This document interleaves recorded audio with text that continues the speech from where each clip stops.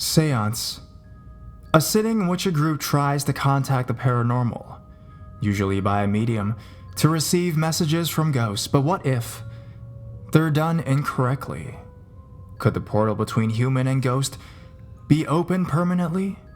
Could spirits enter your house and not want to leave? Grab a blanket, turn off your lights, and let's sit together, close our eyes, hold our hands, and listen to 3 stories from the other side.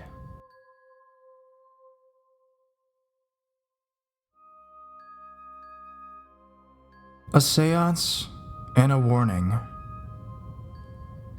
A couple months back, I had my first experience with the paranormal.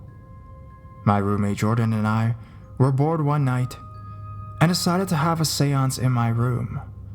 I thought it would be a cool idea since I had never taken a part in such things, but had always been interested. We arranged lit candles in a circle around us, killed the lights, and joined hands. We decided to call up the German philosopher, Martin Heidegger. Now, I'm not sure if that's the one who showed up, but someone did. We both felt a presence in the room, and when we asked the spirit to make itself known, we heard a faint rapping. We asked the spirit a few yes or no questions, and he or she responded by rapping once or twice for yes or no. It got more interesting after we finished the seance. First, I heard the sound of glass shattering. Jordan swears she didn't hear it even though she was in the same room, only a few feet away from me. Nothing had been broken either. I also heard a disembodied voice call my name. My roommate did not hear this either.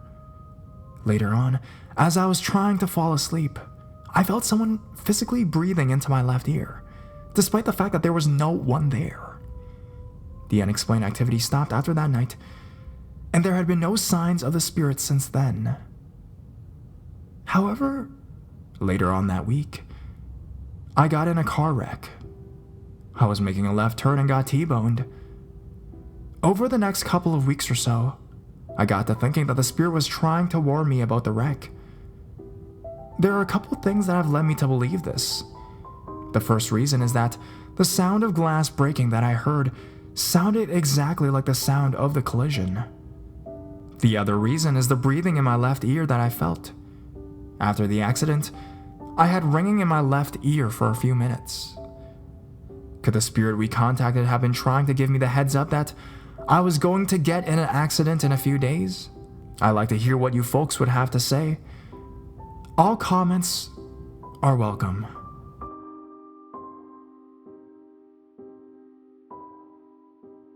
The Seance.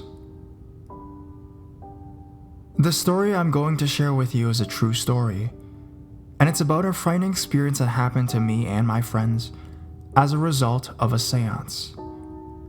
About 3 years ago, my best friend Monique had called me one night in October and asked me to go over to her grandparents' house where she used to live. It's just a couple of blocks away from my house, so I went walking at night. When I got there, we started drinking a few beers. Then her older sister came and sat down with us outside the porch and started talking about a seance they both did with their cousin at his trailer and how freaked out they were that night. After talking about it for a while, Monique's sister took out her phone and told me about a few recordings they got on the phone.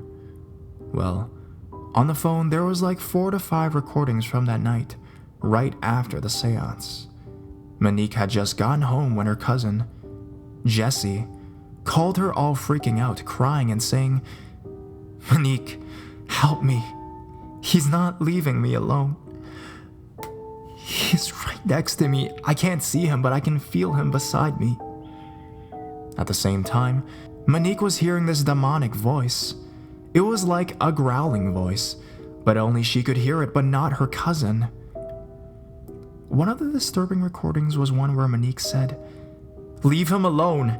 Get away from him." And it actually answered her, and you could hear it say in a demonic growling voice, "No." At the same time, you could hear her cousin still freaking out. It was very scary. I literally almost crapped in my pants when I heard it. No lie. Nobody believed us about this. They say that they somehow made this recording up. It's not made up, it's real. A couple days later, I went back to her grandma's house. She had invited me to watch a new TV show called Paranormal Lab. And through all of this, we both had this feeling of uneasiness. We didn't know why. We ended up going to her bedroom and closed the door and watched the show there. But then she got a call from one of her friends, so she stepped outside to go meet her friend.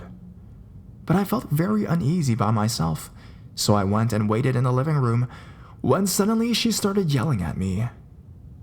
"Hey, it's not funny, open the door. Why did you lock it?" And I was like, "What are you talking about?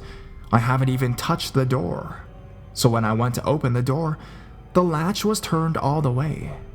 It somehow locked by itself, but the only way to do so is to lock it inside the house. But I was the only one there inside at the time.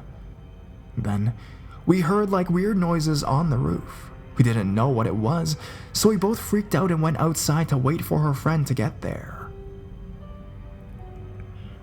About a week later, the movie Paranormal Activity came out on theaters, so my friend and I went to go see it. After we watched the movie, we went to her cousin's trailer house, and my friend thought it would be a great time to do a seance.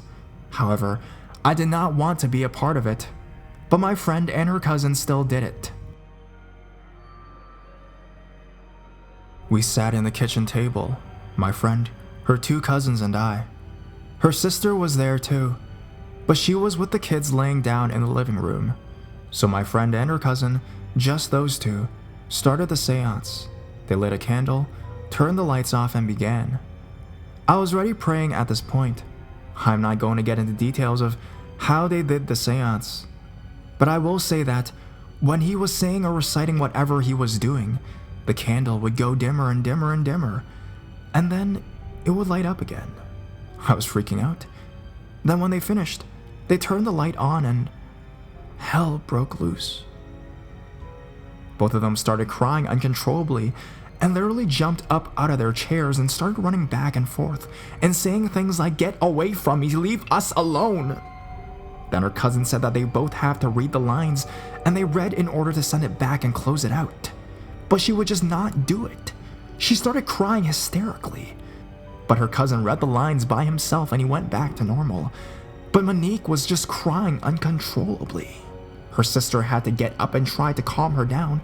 I got a bottle of holy water that they had, and I started throwing it around her and at her. And after a while, she calmed down. I went home praying that night because I was so shaken up from what I just witnessed. My friend Monique told me a few days later that she would still see things. But thank God, she's doing a lot better now.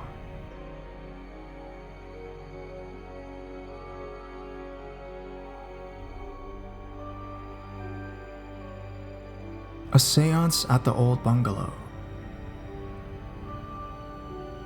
I like the idea of conducting seances.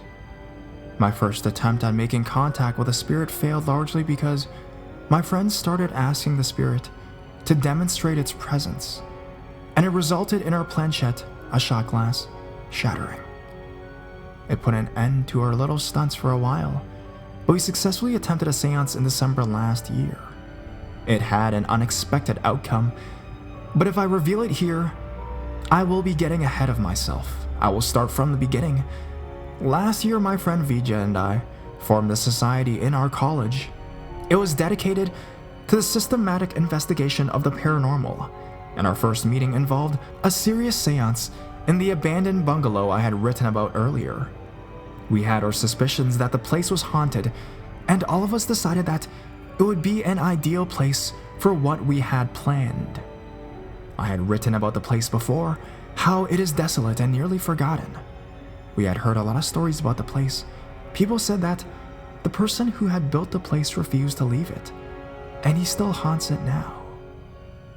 I have often heard other stories of unearthly laughter and lit oil lamps in the old bungalow.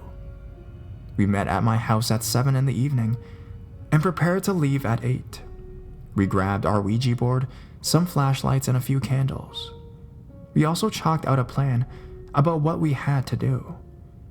It was a little chilly outside, and with a little wind, and I could feel the anticipation building in each of us as we walked. There were 5 of us: Vija, me, 2 guys, and another girl. It seemed like the perfect night for spirits to wander about. There were no other people around, and sneaking into the place was very easy. The windows, minus the glass panes, made it so. The condition had become worse than they were before, and the walls had crumbled a little. It was mostly due to the heavy thunderstorms which took place earlier that year. After getting in, our first thought was to check for any vagrants or stray animals in the place, but the haunted reputation of the bungalow kept any vagrants out, and apart from a cat that promptly fled on seeing us, the place was empty.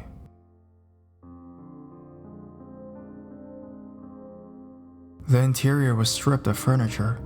The paint was peeling off the crumbling walls, and the place had an air of foreboding to it. There was a kitchen, a storeroom, and the living room on the ground floor, and a flight of stairs that led up to the first floor, which housed 2 more rooms. Vija said that she could feel something in the living room, and we decided that we would carry out our seance there. Apart from the lights on our candles, the place was wrapped in a velvety darkness, and all of us were scared even before we started. The guys were joking about it, about how it was the perfect place for a slasher movie, but after seeing our spooked faces wisely, shut up. We had started our seance by asking if anyone could hear us. Did anyone want to talk to us? And almost immediately we got a response. It was amazing how the planchette seemed to move on its own accord. All of us had lightly placed our index finger on it, and it was being pulled towards yes on the board by some mysterious persona. Needless to say, we were thrilled and kept on asking more questions about who he was and were there any other presences in the room with him. We didn't find out who he was. The ghost turned angry and started to ask us to leave. The planchette repeatedly spelled out Leave on the board. We said goodbye, and it seemed to have stopped when everyone noted a change in the temperature. It had gone down. It was a little chilly that night, but after our seance, we didn't want to stir up any theories about a ghost entering the room as we were terrified. We decided to think it was the wind that could have cooled down the place. In the middle of this, V just started laughing hysterically. I have heard it isn't uncommon for a participant to be possessed during a seance, and given that she was always very sensitive to spirits, we had a fair idea what was happening. She stopped laughing and closed her eyes and looked serene, even peaceful. All of us were staring at her wide-eyed. When she opened her eyes, pupils dilated and expressionless, mouth curled into a sneer, and said something in a voice unlike hers. She said, "Leave this place right now, or you will be harmed." It was our cue to get the heck out of that place, and we did. We took our candles, the boards, and the guys carried Vija, who had lost consciousness at that point. The moment we were out of the gate, she was back to her senses and said she saw an old man walking down the stairs when she went into her trance. She remembered that she was possessed and how it felt like a violation of her mind. Vija was normal moments after we left the bungalow, and she was going on and on about how scary the place was and how certain she was about the presence of someone else in the place. I still think of what would have happened had we stayed there longer than we did. I don't like the scenario that comes to mind. This was my last visit to the bungalow. I declined when the guys in our group suggested we return to visit the place in daylight. I had had enough of the wretched place. Please feel free to comment, and thank you for taking the time to read this fairly lengthy narrative.